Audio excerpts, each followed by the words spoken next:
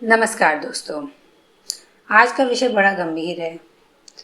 आज हम बात करने वाले हैं लोगों का व्यवहार, लोगों के अंदर की जो भावनाएं मर चुकी है, लोगों के अंदर की इंसानियत मर चुकी है।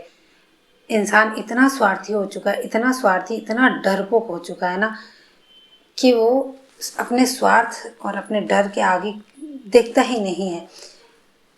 हिंदुस्तान में रहने वाले हिंदू लोग, जो क्षत्रिय समाज के लोग, जिन्होंने हमेशा बुराइयों से लड़ने की क्षमता थी, जिन पे हमेशा दुश्मनों से लड़ने की इतनी क्षमता थी, जिन्होंने दूसरों को बचाने के लिए अपनी जान कुर्बान कर दी, हम उस समाज के लोग हैं, हम उस देश के लोग हैं, हम उस राष्ट्र के लोग हैं।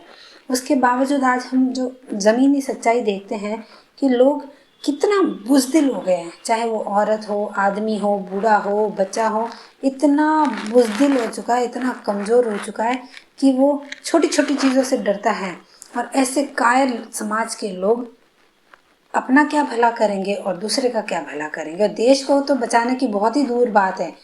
जब अगर ऐसा देश में कुछ ऐसी बात होगी ना, तो ये लोग अपने अपने घरों में जाके बैठ जाएंगे और फिर दुश्मन इनको मार के चला जाएगा।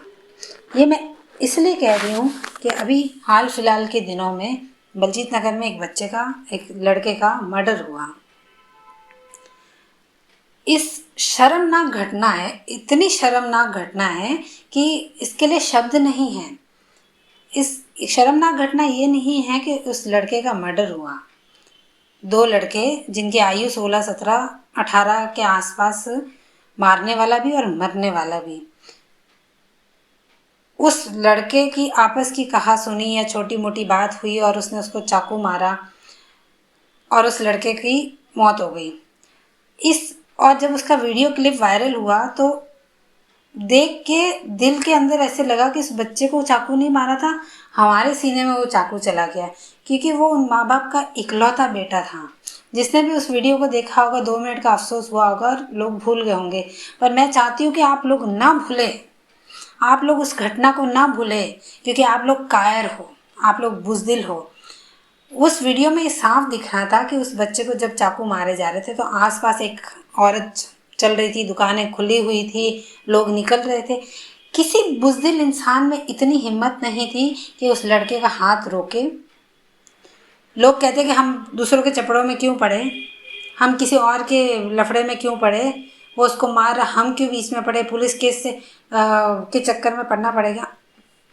मैं ये कहती हूँ जो भी लोग मेरी वीडियो को सुन रहे हैं, उस समय उस जगह पे अगर आपका बेटा होता तब भी आप ये सोचते?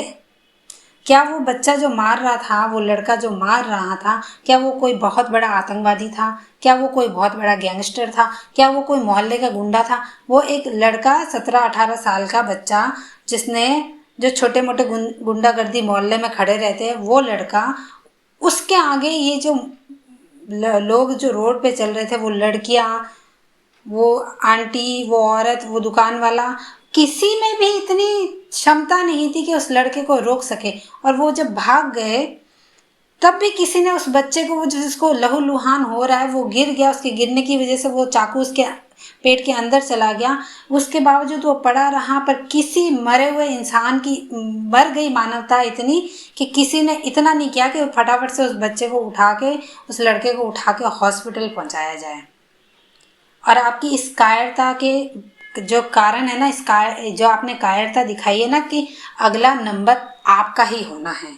अगला नंबर जब आपके और आपके किसी परिवार के सदस्य का होगा, तब भी आप यही कायरता दिखाइएगा। आप आंखें खोल के उस लाइव सीन जो हो रहा था ना, उसको बड़े मजे से देखिएगा और डरिएगा। अपने ही बच्चे या अपने ही किसी भाई बहन को आप मत बचाने जाइएगा, क्योंकि आप लोग कायर हैं, आपके अंदर इंसानियत नहीं है। अरे मैं कहती हूँ, 4 लोग भी मोहल्ले के इकट्ठे हो गए होते तो उस लड़के को बचा लिया होता। वो किसी माँ बाप की औलाद थी, जिगर का टुकड़ा था, वो इकलौता बेटा था, उसके माँ बाप का कलेजा फट के जा रहा होगा, उनके उनके जीने की आस खत्म हो गई। वजह क्या? ये मेरे समाज के कायर लोग। और उस लड़के जिसने मारा, उसके जैसे अनगिनत लड़के जो आजकल छपरी टाइप के घूमते रहते हैं, टशन दिखाते रहते हैं, चाकू लेके घूमते रहते हैं, उनके माँ बाप अंधे होते हैं। बिल्कुल अंधे हो चुके हैं कि उनका बच्चा, उनका बेटा बेटी क्या कर रहे हैं, उनके हाव भाव क्या है। नहीं, कोई मतलब ही नहीं है। आपका लड़का कहाँ जा रहा है, क्या कर रहा है, गुंडागर्दी कर रहा है, पढ़ाई नहीं कर रहा, आपने उस पर कुछ ध्यान नहीं दिया। इतना अपने बच्चों पे कभी भरोसा मत करिए, क्योंकि ये बच्चे अपने लिए भी खतरनाक हो जाते हैं और समाज के लिए भी खतरनाक हो जाते हैं।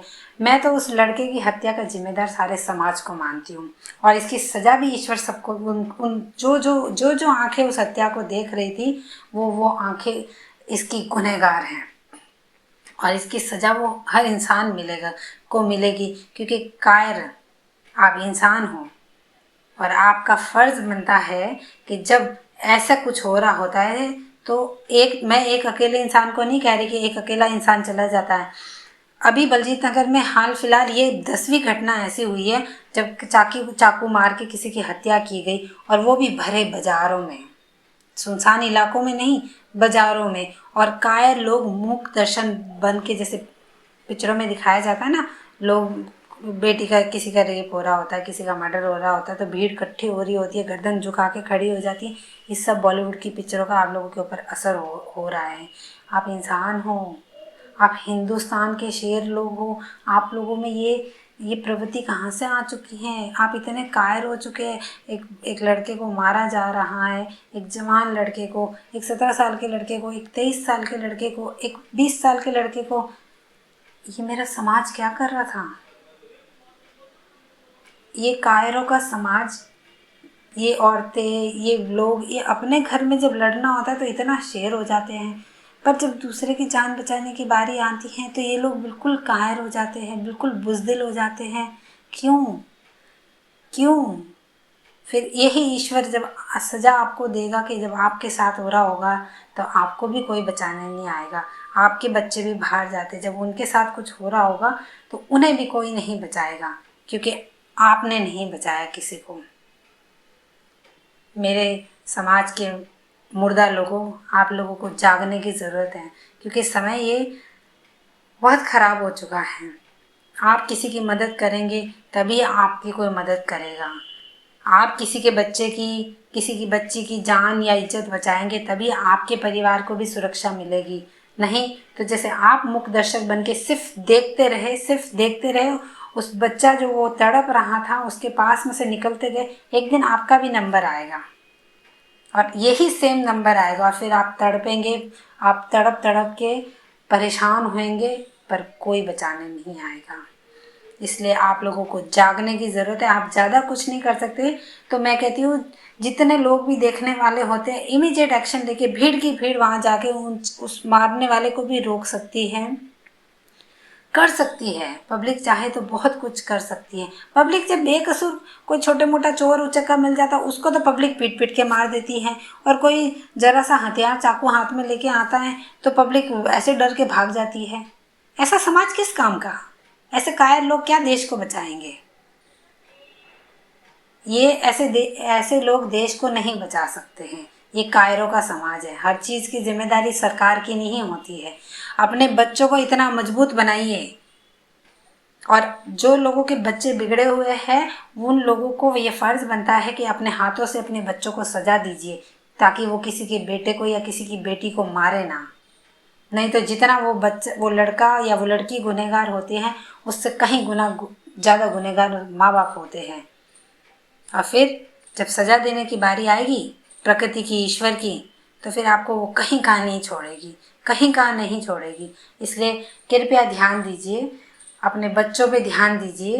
जिनके बच्चे कमज़ोर हैं वो अपने बच्चों को मजबूत बनना सिखाइए, और जिनके बच्चे बिगड़े हुए हैं वो माँ बाप का ये फ़र्ज़ बनता है कि अपने बच्चों को संभालिए। आपके बच्चे समाज का बहुत नुकसान कर रहे हैं, उनको रोकिए, नहीं तो ज़िंदगी उनकी जेल में बीत जाती है। अपना भी जीवन बर्बाद करते हैं, दूसरे का जीवन भी ख़त्म कर देते हैं। फ़ायदा किसको होता है? किसी को कोई फ़ायदा नहीं होता।